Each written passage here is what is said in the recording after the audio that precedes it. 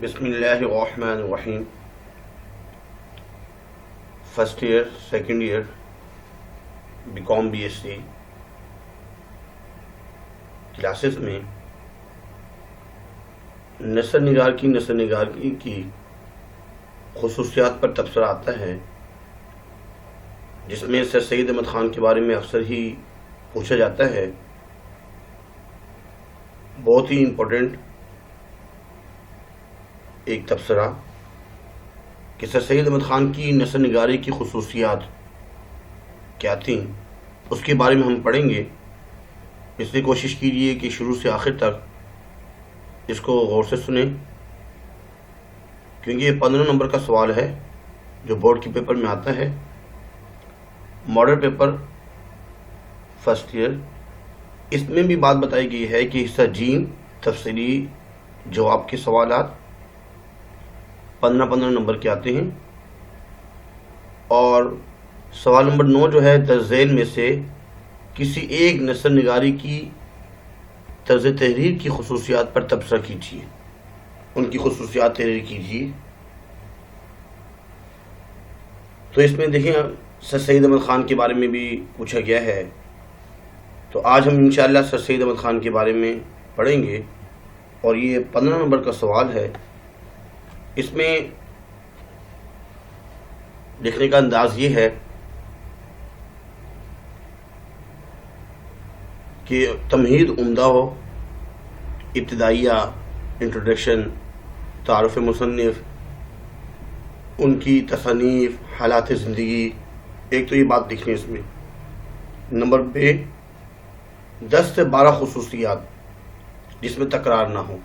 خصوصیات جو ہے تقریباً 10 لکھنی ہیں. اس کے بعد ہے ناقدین کی آراء.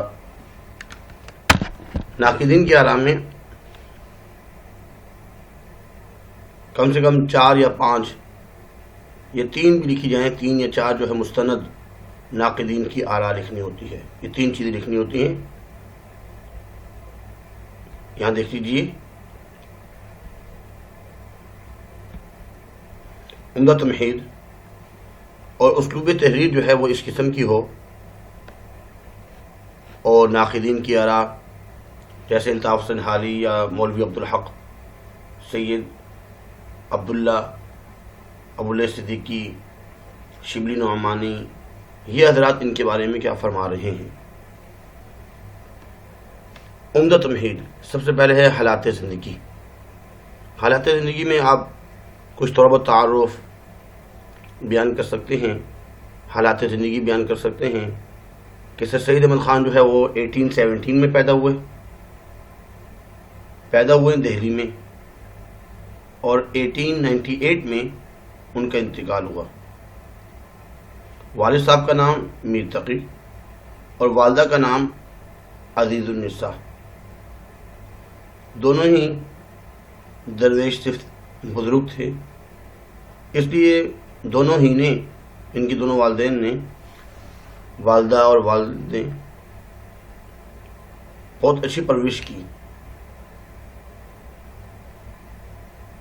جنہوں نے سر سید کی تعلیم و تربیت زمانے کی ضروریات کے مطابق کی.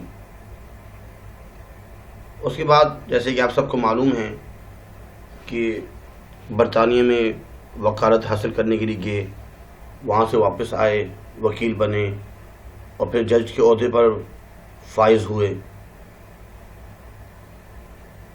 1842 میں بہادر شاہ ظفر کی طرف سے، جو مغل خاندان کے آخری بادشاہ تھے، ان کی طرف سے ان کو جو خطاب ملے اس میں جواد الدولہ اور عارف جنگ.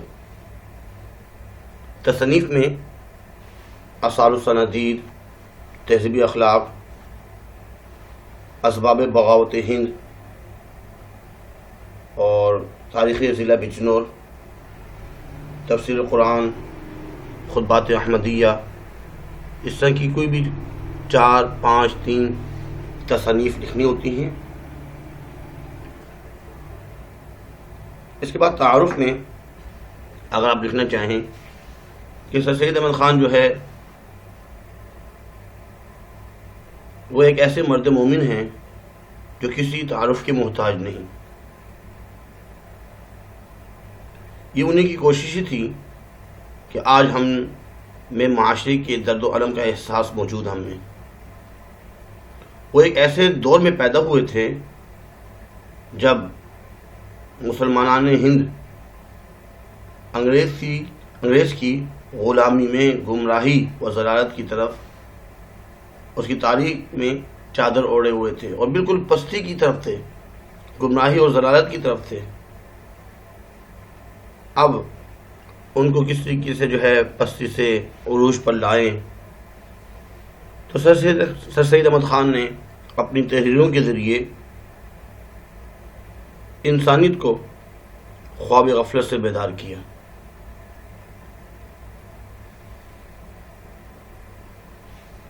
اس میں علی گڑھ کے بارے میں بھی بتایا جا سکتا ہے کہ ان کا مقصد کیا تھا، علی گڑھ کیوں بنائی گئی.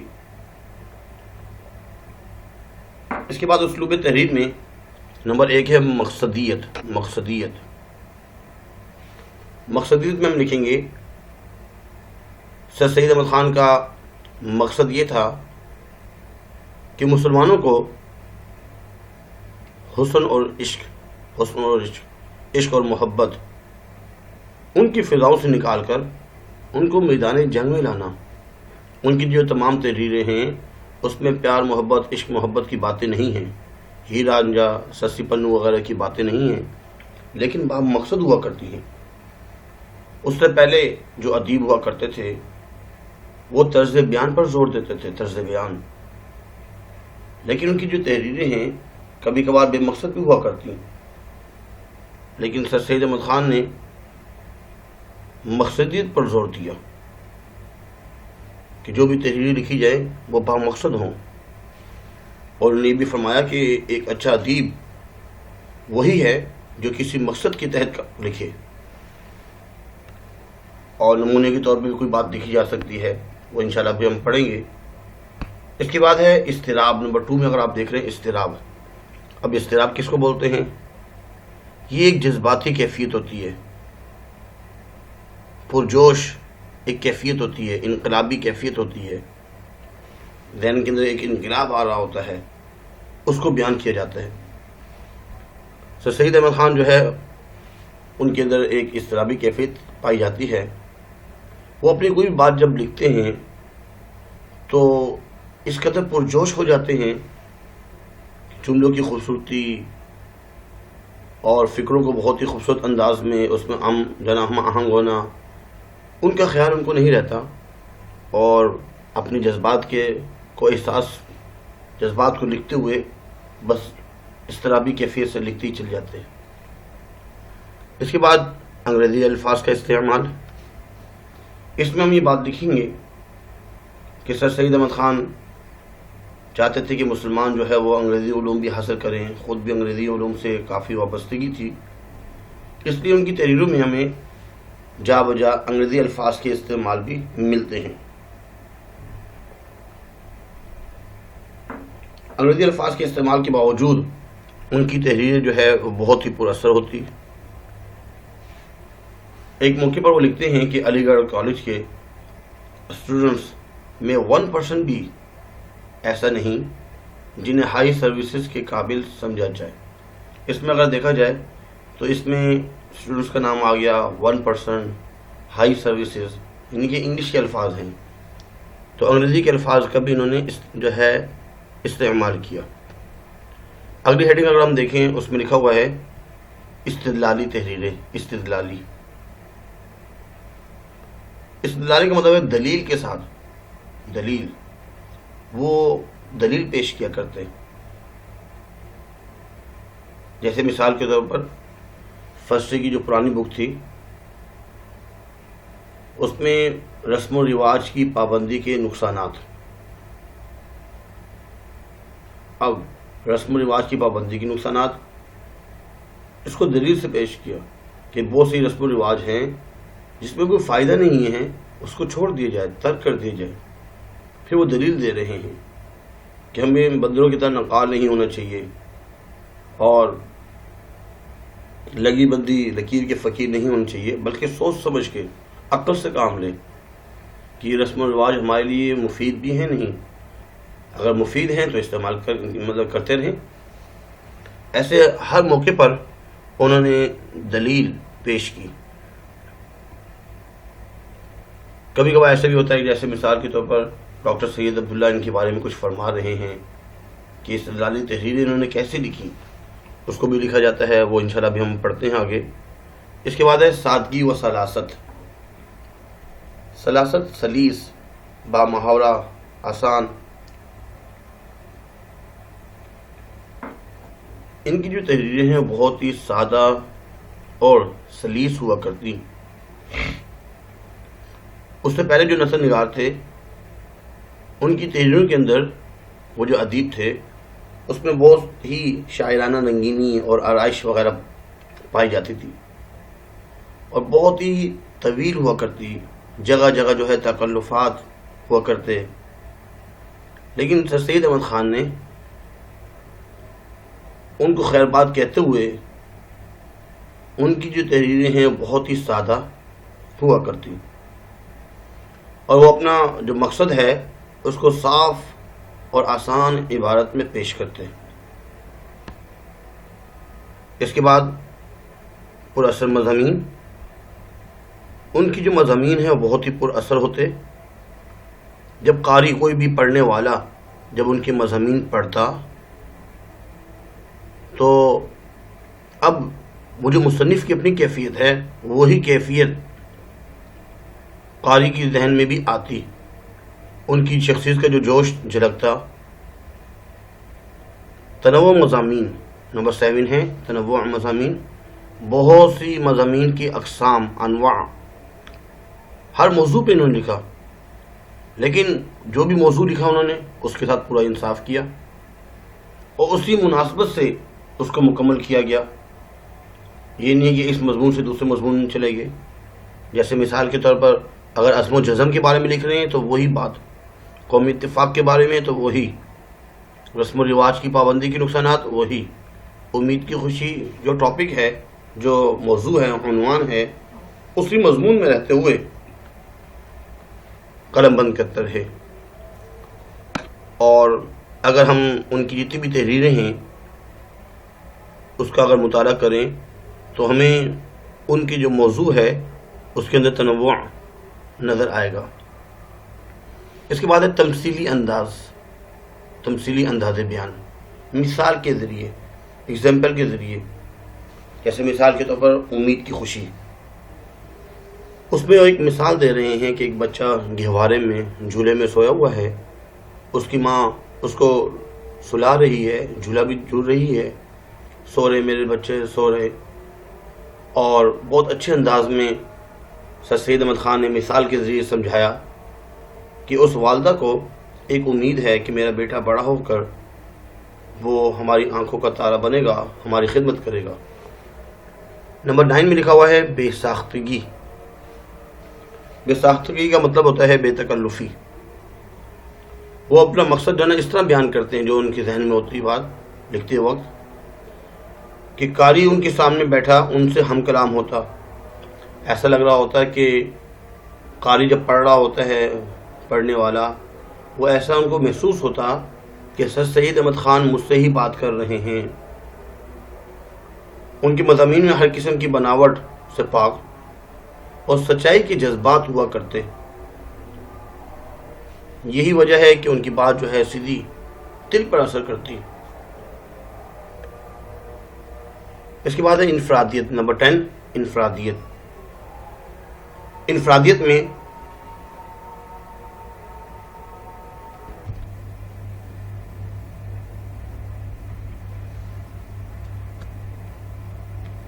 انفرادیت کا مطلب ہے انفرادیت، منفرد شخصیت جنہوں نے اردو ادب میں بہت اہم کردار ادا کیا اور اردو ادب کو باب مقصد بنایا. مولوی عبدالحق کے بقول انہوں نے ایک صدی میں اردو ادب کو کہیں سے کہیں پہنچا دیا. ان کی جو ہم اثر تھے جیسے الطاف حسن حالی، مولانا محمد حسین آزاد، شبلی نعمانی، مولوی عبدالحق، ان کو بھی باب مقصدیت کی طرف لے کے آئے اور ان کی چاہت یہ تھی کہ اردو ادب میں کو ایک اہم مقام دیا جائے. تو اس کے بعد ناقدین کے اعراب بھی ہم پڑھیں گے. یہ حالات زندگی اس میں سے کچھ لکھیں گی اور تصنیف. اس کے بعد تعارف کچھ اس میں سے لکھ سکتے ہیں, تھوڑا سا پڑھ لیا جائے اس میں سے. مقصدیت, طرز تحریر کی خصوصیات, کتنا با مقصد لکھا کرتے. بطور مثال ایک مضمون میں لکھتے ہیں, بس اے میرے نوجوان ہم وطنوں اور میری قوم کے بچوں, اپنی قوم کی بھلائی پر کوشش کرو تاکہ آخری وقت میں اس بوڑھے کی طرح نہ پچھتاؤ. اپنے آپ کے بارے میں بتا رہے کہ جیسے میں بوڑھا ہو چکا ہوں, پچھتا رہا ہوں, میں نے تو قوم کی بھلائی کے لیے جو کام جیسا کرنا چاہیے تھا ایسا تو نہ کر سکا, آپ لوگ کرو, ہمارا زمانہ تو آخر ہے. اب خدا سے یہ دعا ہے کہ کوئی نوجوان اٹھے اور اپنی قوم کی بھلائی میں کوشش کرے, آمین. اس کے بعد نمبر 2, اضطرابی کیفیت. ان کی جو قلم ہے وہ جذبات کی روح میں بہہ جاتا, اور جو ان کے ذہن میں اضطرابی کیفیت ہوتی اور جو ان کے انقلابی ذہن میں جو چیز آ رہی ہے اور جو جذبات میں آ رہی ہے انہی کو لکھتے رہتے. انگریزی الفاظ کا استعمال جیسے کہ ہم پڑھ چکے ہیں. استدلالی تحریر, ہر بات کو عقل کی کسوٹی پر رکھنے کی کوشش کی. بقول ڈاکٹر سید عبداللہ, ان کی تحریروں میں منطقیانہ استدلال پایا جاتا ہے جو ہر قسم کے علمی اور تعلیمی مباحثے کے لیے موضوع ہے. سادگی و سلاست, بہت ہی اچھی مثال دی گئی ہے. اے مسلمان بھائیوں, کیا تمہاری یہی حالت نہیں ہے؟ تم نے اس عمدہ گورنمنٹ سے جو تم پر حکومت کر رہی ہے کیا فائدہ اٹھایا؟ اس میں بہت ہی اچھے انداز میں سادگی کے ساتھ, تاکہ ہر قاری اس کو پڑھ سکے اور سمجھ بھی سکے. پر اثر مضامین, تمام مضامین ان کے پر اثر ہوتے. بقول حالی, جس طرح تلوار کی کاٹ در حقیقت ایک باڑ میں نہیں بلکہ سپاہی کی کرخت ہاتھ میں ہوتی ہے, اسی طرح کلام کی تاثیر اس کے نڈر دل میں اور بے لاگ زبان میں ہے. تنوع مضامین, جتنے بھی موضوعات لکھے جن مضامین پر, ان کے ساتھ پورا انصاف کیا اور اس مضمون کو اسی کی مناسبت سے قلم بند کرتے رہے. اگر ہم بغور مطالعہ کریں ان کی تمام تصنیف میں, تمام مضامین میں, تو بے اعتبار موضوع نمایاں فرق نظر آتا ہے. تمثیلی انداز, مثال کے ذریعے, تشبیہات اور استعارات کے ذریعے بھی انہوں نے اپنے موضوع کو دلچسپ بنایا. جیسے کہ امید کی خوشی میں بے ساختگی, انفرادیت, خود تو زبستان تھے ہی لیکن اپنے رفقا کو بھی, اپنے دوست احباب کو بھی اس میں شامل کیا اور اردو کو دنیا کی ترقی یافتہ زبانوں کی صف میں لا کھڑا کیا. اس کے بعد ناقدین کی آراء, مختلف تنقید نگار سر سید کی عظمت کا اعتراف کرتے ہیں اور مختلف انداز میں سر سید کی تعریف بیان کرتے ہوئے نظر آتے ہیں. شبلی نعمانی فرما رہے ہیں کہ سر سید نے اردو انشاء پردازی کو اس رتبے پر پہنچا دیا جس کے آگے اب ایک قدم بڑھنا بھی ممکن نہیں. بابا اردو مولوی عبدالحق وہ فرماتے ہیں کہ یہ سر سید ہی کا کارنامہ ہے جن کی بدولت ایک صدی کے قریب, تقریباً یعنی کہ 100 سالوں میں, اتنے قلیل عرصے میں, اتنے کم عرصے میں انہوں نے اردو ادب کہیں کا کہیں پہنچ گیا, انہوں نے پہنچا دیا. ڈاکٹر احسن فاروقی وہی فرما رہے ہیں کہ انہوں نے اپنے سید احمد خان نے اپنے عمل کے ذریعے یہ واضح کیا کہ نثر نگاروں کے بنیادی اصول کیا ہونے چاہیے, ان کو اسی میں کمال حاصل ہے, اسی کمال ہی کی وجہ سے وہ اردو نثر نگاری کے سرتاج رہیں گے, بادشاہ رہیں گے, امام رہیں گے. ڈاکٹر حامد حسن فاروقی کہتے ہیں کہ سر سید احمد خان ایک مصلح قوم تھے. انہوں نے نثر نگاری کے ذریعے قومی اصلاح کا بیڑا اٹھایا. ڈاکٹر عبداللہ صدیقی کہتے ہیں کہ انہوں نے وہ تحریک شروع کی جس کی موجودہ شکل آج پاکستان کی صورت میں نظر آتی ہے. تقریباً 5 اس میں جو ہے اگر ہم دیکھیں 3 یہ اور 2 ناقدین کی آراء ہیں، تو اس میں سے کوئی بھی آپ 3 یا 4 پیپر میں لکھ سکتے ہیں، 5 بھی لکھی جا سکتی ہیں. اور آخر میں حروف آخر. غازی کے سر سید احمد خان اردو زبان و ادب کا اتنا بڑا نام ہے کہ کوئی ادبی تاریخ ان کے بغیر مکمل نہیں ہو سکتی. قوم کے غم سے ان کا دل سرشار تھا اور ان کا وجود کام اور کام سے لگن کی ایک بھرپور مثال تھا. بار دنیا میں رہو، غم زدہ یا شاد رہو، ایسا کچھ کر چلو یہاں کہ بہت یاد رہو. امید کرتے ہیں کہ آج کا لیکچر آپ کو سمجھ میں آیا ہوگا، اور امید ہے کہ آپ جو یہ لیکچر سن رہے ہیں اس سے مستفید بھی ہو رہے ہوں گے، اور آپ نے چینل سبسکرائب بھی کر لیا ہوگا. لیکن پھر بھی اکثریت ایسی ہے جنہوں نے چینل سبسکرائب نہیں کیا. برائے مہربانی چینل سبسکرائب کیجیے اور اس کو آگے بھی شیئر کیجیے تاکہ دوسرے لوگ بھی اس سے مستفید ہو سکیں. لائک لازمی کیجیے گا اور بہتر سے بہتر کمنٹس اور اچھے کمنٹس دے دیجیے گا. آج کے لیے اتنا ہی کافی ہے. اللہ تعالیٰ آپ کے اور میرے حامی و ناصر رہے. اللہ حافظ. وما علینا الا البلاغ المبین. جزاکم اللہ خیر فاحسن الجزاء.